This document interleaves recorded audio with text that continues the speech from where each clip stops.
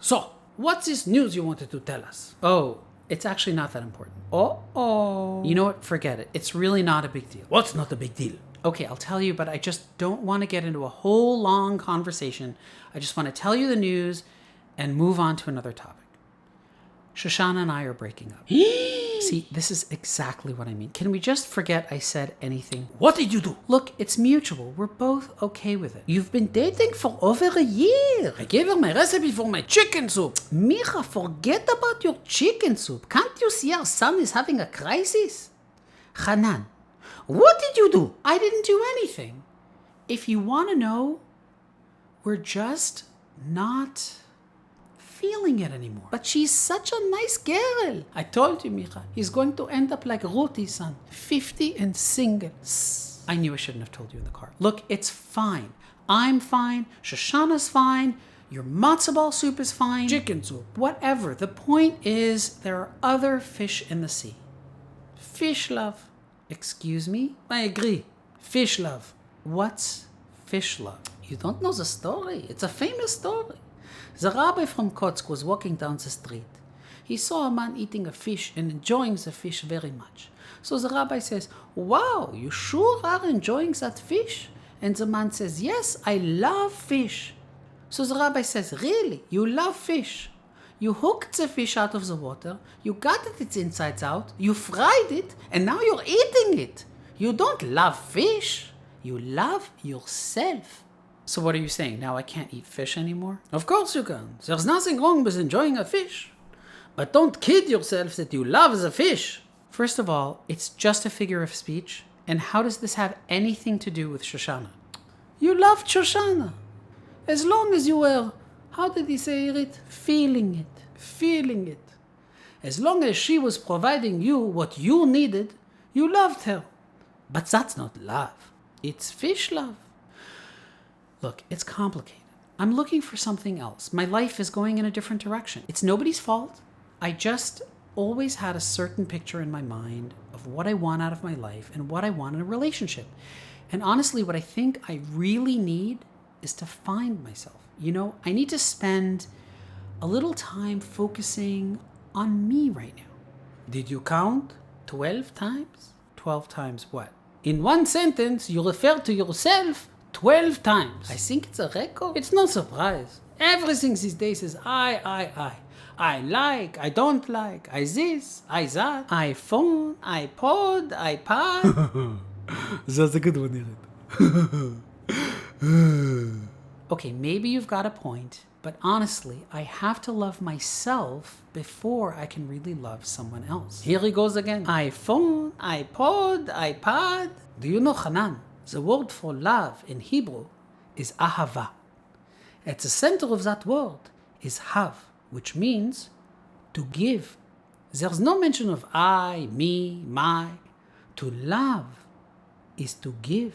Are you saying I didn't give Shoshana enough? I took her on that trip to Florida. I spent a fortune on our 6-month anniversary. I gave a lot. I gave because I loved her. But you see, Hanan, you have it completely backwards. You don't give because you love. You love because you give. I have no idea what you just said. The point is, before I can love someone, I need to understand who I am. I need to find myself. But you're looking in all the wrong places. What do you mean? The more you focus on yourself, the further away you get from discovering who you really are. That's a paradox. But it's me. I'm the one who wants to experience the love. You think it's you, but it's actually your ego. Your insistence on not letting go of yourself has nothing to do with love. It's your need to hang on to control. It's actually insecurity. What you think is loving yourself is actually fear. So where do I find love? Once you begin focusing on everything other than yourself, that is where you will actually begin to find your true self. And that is where you will find real love. Okay, wait a second. Slow down. Remember, there are two people in this relationship. If I'm giving to her and I'm not getting in return, what kind of a relationship is that? Hanan, if you're giving to the other person Expecting something in return, that's not love. That's a business deal. I give you this, you give me that.